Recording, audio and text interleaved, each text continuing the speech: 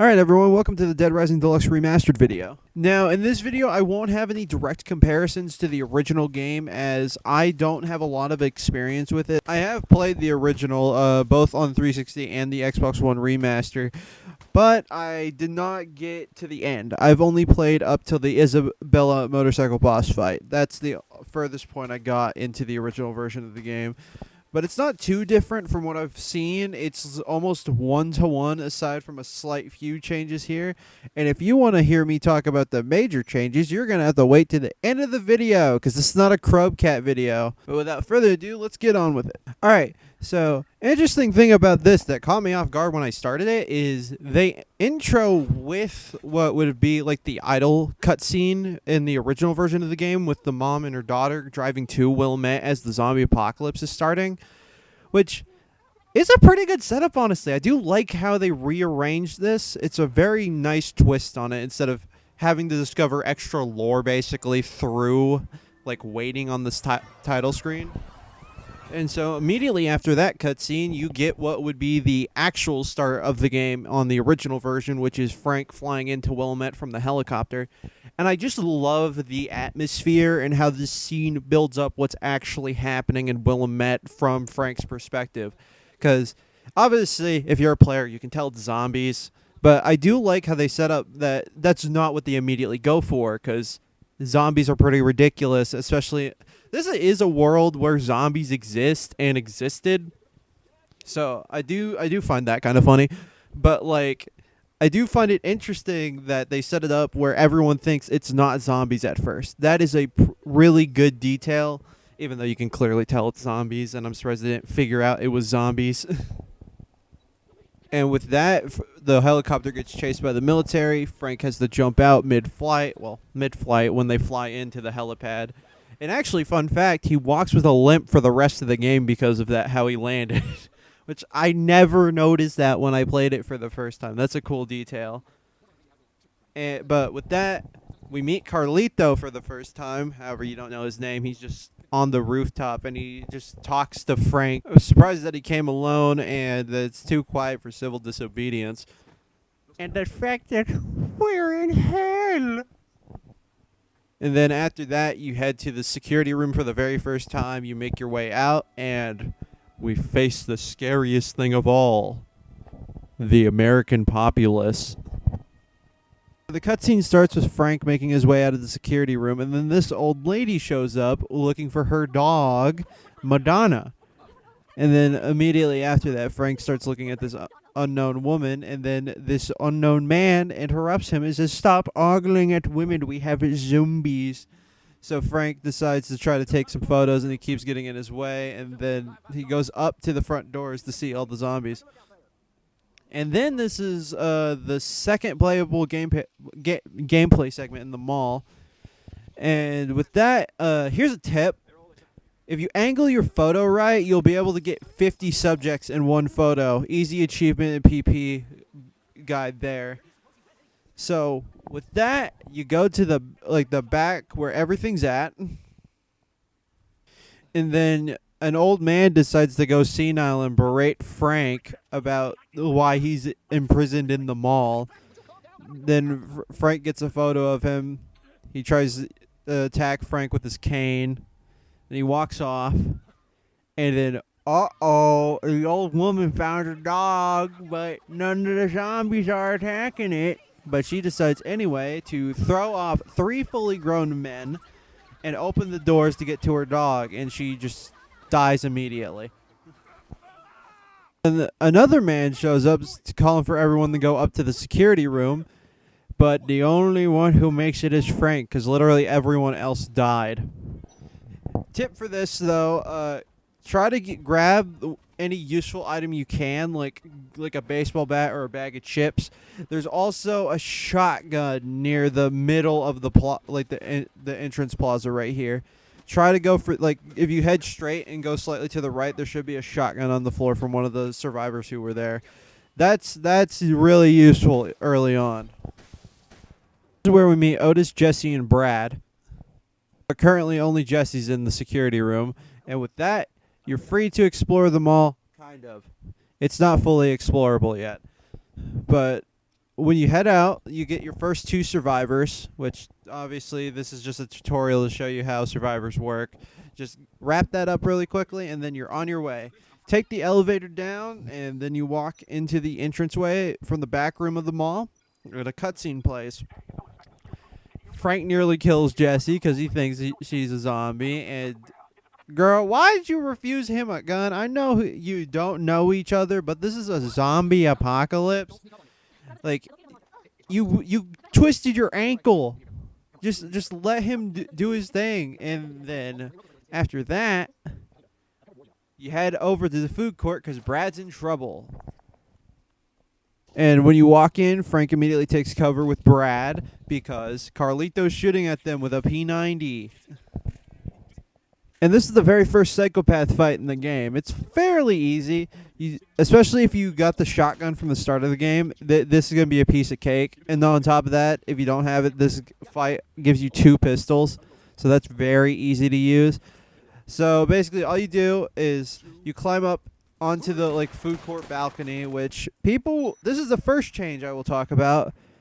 This is the only use of the yellow paint in the game that I at least noticed, because I already knew what to do for 90% of this. But this is the only instance of the yellow paint in the game, because it's nowhere else. I swear they included this as a bit to trick people into thinking the game was going to use this as a way to show people what to do. But they never do that. This is literally the only time they used the yellow paint. Which is funny to me that people make such a big deal about this. I haven't watched any reviews post-release, but people were just crying that the yellow paint even existed here, which is just kind of funny to me. Anyways, you climb up onto the balcony, and then try to angle yourself where you have cover, because you can cheese this boss fight very easily if you do that, where you can cheese it to where you aim just where you're covered by the wall, but also you can shoot freely. Which, yeah, just do that, and you hit Carlito enough times, dead. Not actually. He escapes via zipline somehow. He got that set up in the mall. And Frank and Brad talk about what's going on here, and Brad tells Frank that he's a USA agent, and Frank discloses that he's a freelance photographer pretty much. And they figure out where to go get Dr. Barnaby. So with that, you have to follow Brad throughout the mall just for a quick segment. And you go through Alfresco Plaza into the entrance plaza, because the way through not Paradise. Is it Paradise Plaza? That's the one that's where the safe room is? I can't remember, but the plaza where the safe room door is and the entrance is blocked off. So with that, you and Brad find Dr. Barnaby hiding out in a bookstore. Dr. Barnaby refuses to go unless you can guarantee him a safe way back. And so with that, you're free to explore the mall at this point. And this is where I'm going to start talking about gameplay changes and everything. But first, Orion's strategy. So head to the parking garage. Once you can move around freely, head to the leisure park, and then make your way to the parking garage. Take the red car. I just recommend taking it because it's easy to deal with zombies with it. And then you just go down straight, take a left, and take a right, and then you go to that back maintenance closet. That's how you get the maintenance key. And that will be very vital to late game. And the only other thing I can think of is if you have guns on you, go to the gun store. Which actually, this playthrough, I discovered that, I don't know if this is a change specifically for this version or if this is in the original, but if you head to the gun store early enough, the psychopath fight doesn't activate. Which, if you do it any later, the psychopath will be there. So, if you do go after the very start of the game right here, do load up on weapons. Mostly guns, because all the psychopaths are very easy to cheese in this version because they lowered the difficulty. And it's probably also because a lot of things that were you had to use the analog sticks for in the original version of the game, they switched to button presses, which I appreciate so much. It is so much easier to do things like the roll and escaping zombies, because you can actually like choose what you're doing versus the original game's button mash and hope something happens sometimes. And back with the story. So after doing all that and getting a few side quests done, you head back to the safe room, and there's an image in the monitor. Dr. Barnaby is being dragged by Carlito somewhere, we don't know yet, and Brad decides to head out and see what's going on. So obviously, Frank decides to also head out and see what's going on as well. And so you can finally cut through Paradise Plaza into the entrance plaza because Carlito opened the gate. So you head there, and then Carlito starts taking pot shots, so you have to take cover. And this boss fight, again, very easy to cheese if you have shotguns and everything, because the AI is amazing. Literally, all you have to do, rush Carlito, dodge the grenades, and just lay shots into him, and then the boss fight's over in like, I'll give it 3 minutes, 4 minutes, about that, maybe even shorter if you're doing good. And so Carlito runs off, Brad gets shot by him in the leg, and we're able to save Dr. Barnaby, and we bring him back to the safe room. And so with Barnaby passed out, Brad knocked out due to his gunshot wound, we have to make a medicine run. And this leads to a story-based psychopath. I forgot his name, but he's the store manager. And, oh my god. Again, it's a breeze with all the psychopaths. So I'm going to stop saying that. You can just assume that it's a breeze with all the ones you see me show in this video, because they are so easily cheesable, it's not funny. Also, holy shit, the licensed music, and I'm actually surprised they got the licensed music from the original game. Not only that, dude, every licensed song in this is a banger. Seriously, I recommend listening to the licensed music from this game because it all rules. Oh yeah, the infamous Gone Guru. That shit banging. My store. My store. Who will run my store when I'm gone? My store, my food, my sales, my customers.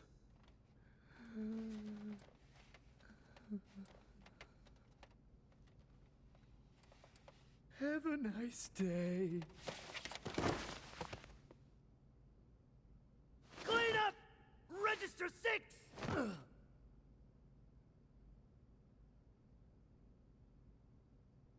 So after this, you have to get the medicine back to Brad, which, depending on when you get to the store, you have a bit of time to do side quests, which I did. I did a few survivors and other things like that. And so we get back to the safe room, get Brad his medicine, and then it opens up a bit of free time for you to do things around the mall, which obviously, again, I did whatever I could. And when you get back, Frank tells Jesse he saw the girl again at the supermarket, and then they decide to try to interrogate Dr. Barnaby, or just ask him questions about what he knows about the zombies, and he ends up revealing about Santa Cabeza. And so Frank starts trying to get all this information out of him, which Dr. Barnaby starts getting freaked out. Jesse gets herself and Dr. Barnaby alone in the side closet of the security room. And with that, Frank decides to go after his only lead, which is Isabella. With this boss fight, strat is just get up on the scaffolding with a few shotguns and start blasting. And actually, this is the point that I would most get to in the original version of the game. So when I was playing this for the first time, a lot of stuff past this I had not experienced before. I still want to try going back to the first game, but I've tried even actually before making this video. It's super difficult. It's such a change in the difficulty from this to the original version. It's crazy, dude, how much they changed. And after you manage to defeat Isabella, Frank manages to stop her and get her to help him figure out what's going on. And this is where she reveals about how the Americans in Santa Cabeza started the zombie virus, but whether it was by accident, whether it was on purpose. Most of the series implies that the whole zombie thing was on accident, but you never know. And so with that, they agree to meet in one of the stores in the North Plaza. And again, you have a freedom segment. And I'm going to just take this moment here real quick to say, this is technically a remake. This isn't a one-to-one, like, built from the same engine as Dead Rising 1. However, they clearly imported, like, the animations and everything from Dead Rising 1 where they could. But everything else is built from the ground up. Like, it's RE engine. It's, like, obviously new graphics, new models, new everything. All of that makes this a remake, but they called it a remaster because it is one-to-one aside from a few changes, which when we get closer to the end, I'll talk about some of them. But with this, but I'm going to go over some of the non-controversial changes. They changed some of the most random things, and now that we explored them all, I want to talk about, like, I remember someone saying, "Oh, there isn't a way to get from the North Plaza to what was it, Wonderland Plaza?" When in this game they actually just made it more obvious that you could do it, because instead of being the little weird way you go to the right, because like in the original game you would go down there and then there would be like a doorway to the right that would lead to the North Plaza. Instead, they changed it to where it's just a big glass obvious door to the Wonderland Plaza. As far as I can tell, that's the only major map change they did. Everything else is pretty much one-to-one to the original version of the game.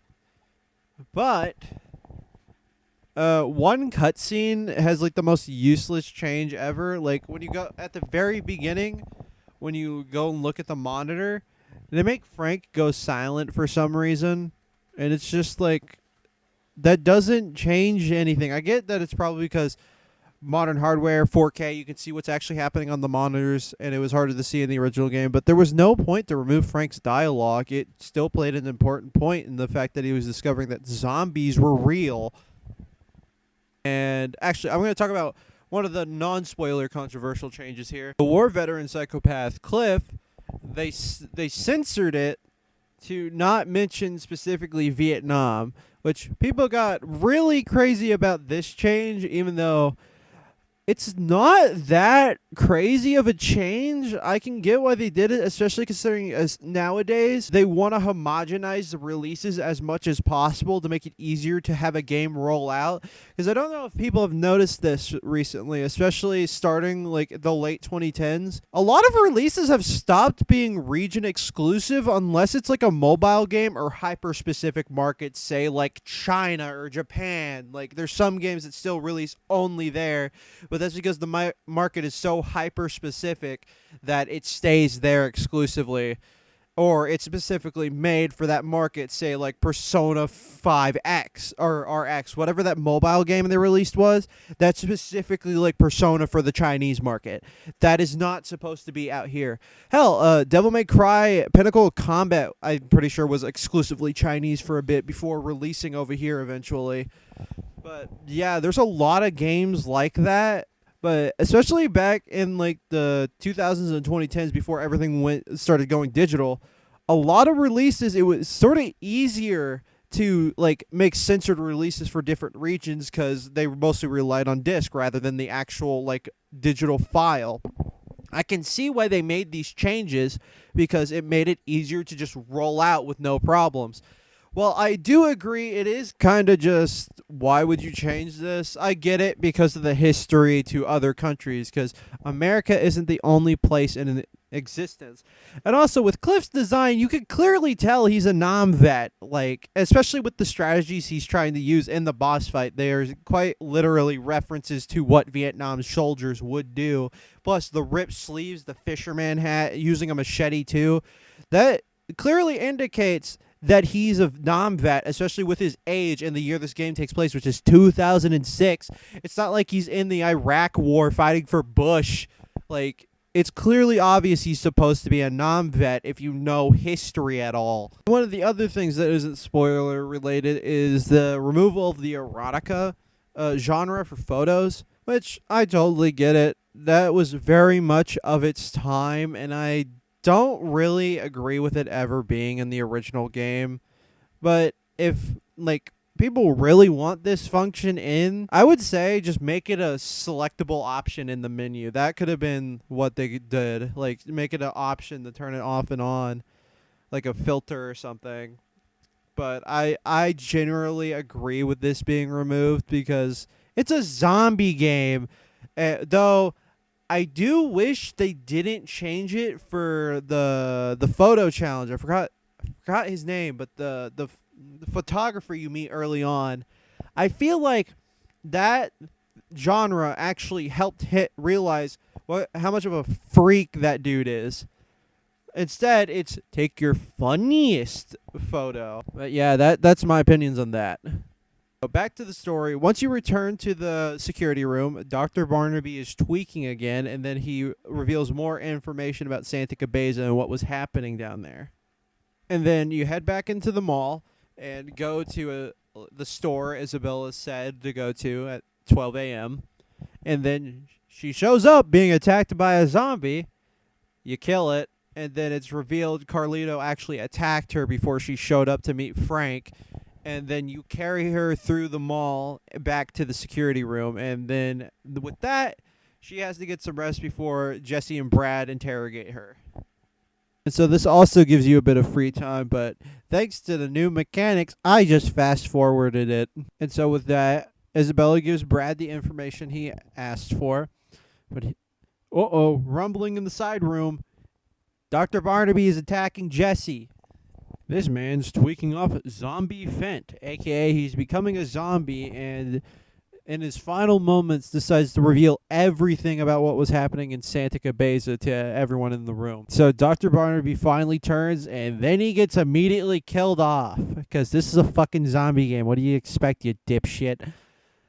But with that, Isabella reveals the fact that Carlito has a plan to literally blow up the mall and send the zombie virus everywhere. And so she wants to help everyone in the the security room. Brad, Jesse, and Frank all wants to help them. And so we are sent off to collective booms. A little behind the scenes thing before we get to this boss fight. I had to redo it like 4 fucking times. Not only that, I also had the last, what was his name? Kent psychopath fight. So I was clutching this part of the game and the Kent fight. You're welcome, gaming community. But anyways, with that, this is why you needed the maintenance key earlier, because this gives you a shortcut to where this boss fight starts, which... Since you're in Paradise Plaza, I always go for the Paradise Plaza door because there's immediately a car that spawns down there. So you go down there, and then you have to go to every corner of the mall to collect Carlito's bombs. And not only that, Carlito is tailing you in one of the is it mail? It's not a mail truck, but one of the delivery trucks. So you have to deal with him on top of zombies, on top of collecting these bombs within the time limit. Which, I will be fair, the time limit is pretty generous on this if you actually have everything figured out, unlike me. But I had to redo this fight like 4 times due to Carlito constantly breaking my car and me dying due to the zombies. So this boss fight gets pretty hectic if you don't know what you're doing, which this time I didn't. But again, just get shotguns. Blast Carlito whenever you can. Avoid the grenades because he has that attack still. And when you defeat him, you get a cutscene where Brad goes after him, and then Frank throws out and whenever you get done collecting all the bombs, you get an objective to go to the exit door of the parking garage, or it's not a parking garage, but like the underground area of the mall. And Frank stacks all of the C4 in a shopping cart and runs it out. But it cuts in between with Brad encountering Carlito, and with that, Brad is left to fend for himself with a bunch of zombies. And if you actually after you get done with this and you head back, which it's the same spot where the maintenance door is, where you get the maintenance key, you actually get a cutscene showing Brad has turned, which honestly, as someone who didn't play through this game beforehand, like before that moment hit, that was crazy. So you get back to the safe room. Frank decides to not tell Jesse about Brad, and Isabella remembers Carlito has a hideout in the North Plaza, and so she decides to help you find it. Which actually, one thing I love about this is that you actually have to follow Isabella to the North Plaza to find out where it is, which I found really neat. I didn't know the game would have done that.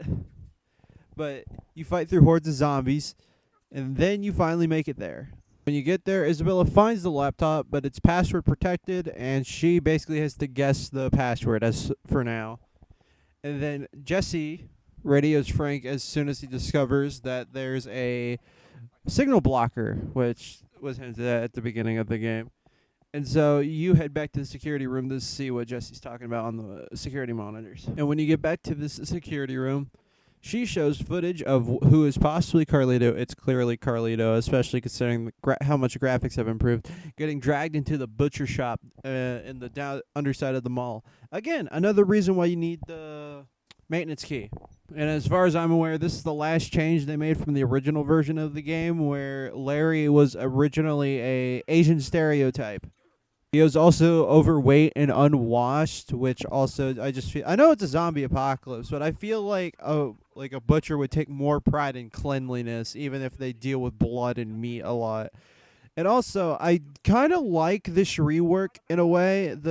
By Americanizing Larry, you sort of make it play into the themes of Dead Rising 1, because with this, it sort of comes full circle with how Carlito was trying to stop. The reason for this attack was the Americans were trying to produce more meat, more cattle, and that ended up creating the zombies. So in this version, it sort of comes around full circle in a way. I mean, it does in the original, but I think the theme is at least easier to see here than in the original version of the game. And again, like every psychopath in this game, just unload bullets into him. Find a good jank spot where he can't really hit you at all, and just unload bullets into this guy, and then he's down. And after you defeat him, Carlito is dying, and in his dying breaths, he refuses to give up anything directly, and ends up just basically explaining what I was saying. Now, Americans basically started all of this with trying to produce cattle and everything. But with that, he rips off his necklace and gives it to Frank so he can give it to Isabella. And with that, obviously, you head back to Carlito's hideout and reveal that he passed away to Isabella, and the fact that he revealed no information. But he did hand Frank the locket, and Frank does give the locket to Isabella, which actually gives her the password. And with that, we're done with all the cases, but there's still more to be done. And so Isabella disables the jammer. Jesse calls you on the radio telling you about it, even though you already know, and she ends up trying to call the military. Then you start to head your way back to the security room, but then Jesse calls you back saying that the military has decided to ignore the call, and she just ends up curling up in the corner of the security room. Further you get to the safe room, you get a cutscene of 2 military soldiers trying to pick up Jesse for evac. Only one problem: she's infected. She kills both of them. So when you get right to entering the safe room, you get a cutscene of Frank trying to call Jesse on the radio, and then you head in, and he finds out the 2 soldiers that are dead. And this scene is actually slightly changed from the original. She was just in the safe room originally, and in here they actually make her come out of the doorway, which I find is a pretty good reference to Dr. Barnaby, and the fact that, and it actually hints that he probably infected her. But with that, you kill her, and now it's a waiting game till the last day to get to the helipad, especially considering I have nothing left to do in this.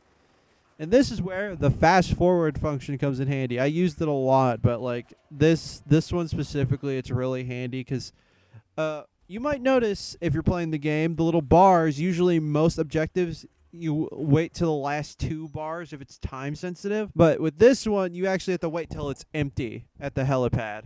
But as you do that, you'll start getting cutscenes of the military infiltrating the mall and killing all the zombies. And when it does, guess what? Cutscene plays. So, helicopter pilot actually survived and sees Frank on the helipad and tries to make his way over there. Only problem is a zombie got into his helicopter and kills him before he can get to Frank. So the helicopter crashes in the middle of Leisure Park. And then Frank just falls to his knees. And that's where the first half of the game ends. Hooray, everybody. You made it to technically what is the first ending. Well, not the first ending, but you get, well, the first ending. The rest of the game is sort of like a prologue. And so after you do all that, another cutscene starts showing Frank back at the, at the helipad, just on his knees, just in shock. And then zombies start surrounding him, and right before one gets a chomp on his neck, Isabella comes in and starts shooting zombies to save him, and then he just faints. And then it immediately just fades to Isabella's hideout. So here, he finally wakes up from whatever he fainted from, and starts talking to Isabella, and they quickly find out that Frank is infected. And so Frank just absolutely in shock that he could turn into a zombie at any moment. Isabella starts thinking, wait, what if there was a way to suppress the infection? And she actually remembers that they tested that back in Santa Cabeza. And so she gives Frank basically a list of items he needs to get. And this is where a massive gameplay change happens, because there's not zombies here anymore. You have to deal with military soldiers, in which my strategy for this is playing it like a tack shooter. Just try to stay in cover and just, if you can, like, kill whoever you see in front of you. I hate it, too, because when I first played this, I kept failing because I couldn't figure out what to do, because I didn't know if you could actually, like, kill these guys or not, because all I had was shotguns. But strat is, get one of these guys down, get one of their rocket launchers or their assault rifles, and you're golden. Just play it like a tactical shooter and stay as far back as possible, and just knock these guys out, because you're going to have to do it numerous times, because they respawn every time you walk in and out of somewhere. So with that, most of the stuff was easy to find. As long as you got that down, it's easy to find all the stuff. The worst part is 5 queens, which is an absolute arduous process, especially with me, who prepared for it. It's just like, why? They don't even spawn that frequently now, especially considering you have to dig in certain places to find zombies. But after that, Isabella manages to make a suppressant.